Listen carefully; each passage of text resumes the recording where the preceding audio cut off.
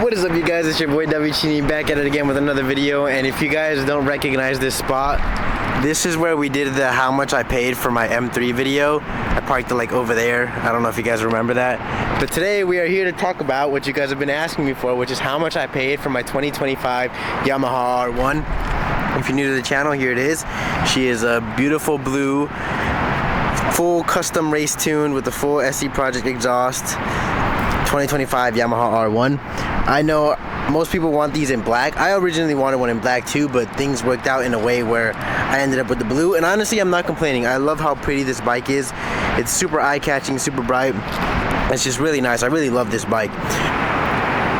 But let's not do any yapping. It's kind of hot out here, even though it's like 10 p.m. So I don't really want to be standing out here sweating. So let's get straight into it. So first off, we're going to talk about how much I paid out the door for the 2025 Yamaha R1. And I took a picture of it on my phone here. So out the door, the Yamaha R1, the 2025, came out to $24,444 with 44 cents, which is a lot. I mean, normal MSRP for these bikes, I believe, is like $18,999.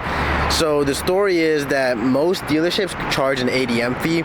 Some dealerships charge more than others. Normally it's around like $1,500, but from where I bought it from, it was at $3,500 that they wanted to charge for the ADM. But when I went over there, I put a down payment for a black one. And you know, stuff happens, accidents happen. They ended up selling that one and they offered me a discount on the blue one. So I said, why not? So instead of paying $18.99 for MSRP, I paid $17,104 for just the MSRP. And then if you slap on ADM, and then if you slap on ADM and all the other taxes and fees, it comes out to $24,444. But that's not the price you guys would pay. I originally paid for a warranty. I don't know why. I got it refunded anyway, but it was $1,500 for a warranty. So if you subtract $2,400 by 15, what do you get?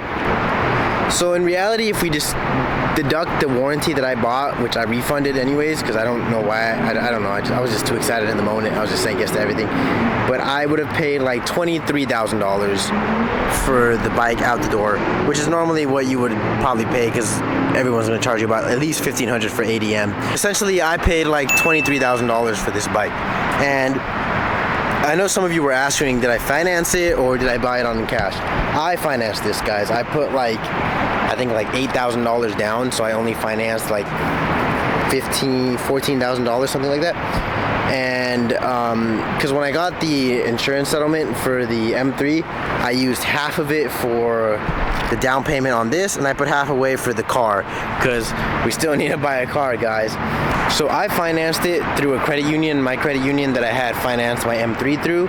And I mean, they gave me a decent interest rate. They gave me an interest rate of 8% for like 5 years, I think it is. And my monthly payment is like $280, but I'm paying like $350 a month because I want to pay more than I should, so that when it comes time to buy my car, I don't have that much owed on another loan. You know what I mean? So yeah, about $23,000. I financed it. I put about $8,000 down, and then my payment is around, like, let's say $300, because it's $280 a month for 5 years with an 8% interest rate. And now the insurance on this thing. As you guys know, because you've been watching my channel, I have that one accident on my record. So my insurance, I guess, flying. So my insurance is probably going to be a little more than others. But originally it was sitting at $250 for just the R1. But then after the whole accident thing finished, they wanted to charge me $655 for insurance on a motorcycle. Can you believe that? That's almost the payment of the M3 that I had. $655 a month. I said, hell no. I left State Farm and I moved over to AAA. Oh, someone got pulled over.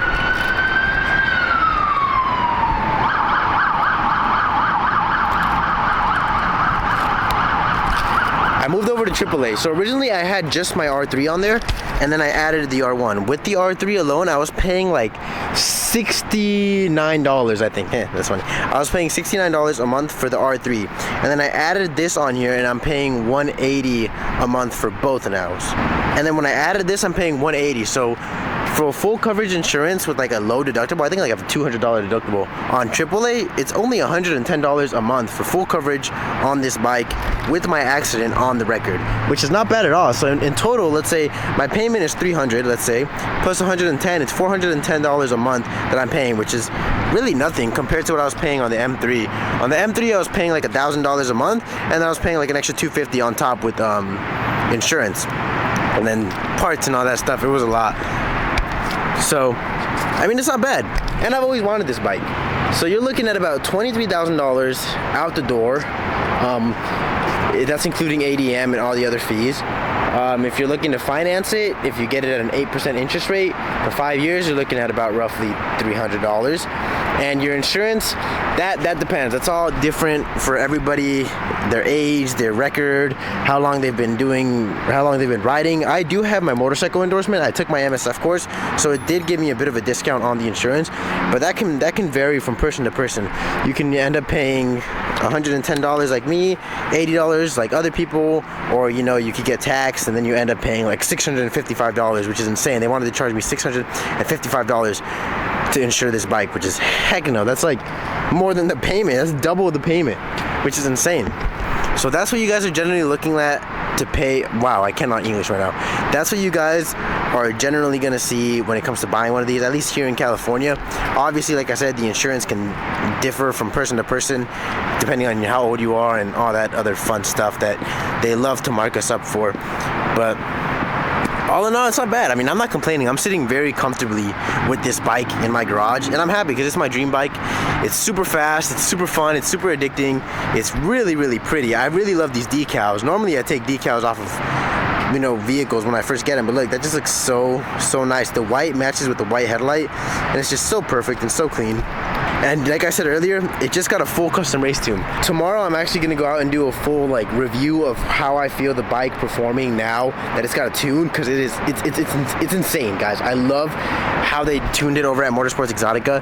It is so fast, so powerful, so smooth and responsive. I don't want to talk too much. I want to leave it for the video so you guys can see a video, so you can see it in the video, you know what I mean? I don't want to give you guys too many hints. But yeah, it's a super quick video today. I just came out here, recorded this for you guys to answer your questions on how much I paid for this 2025 Yamaha R1.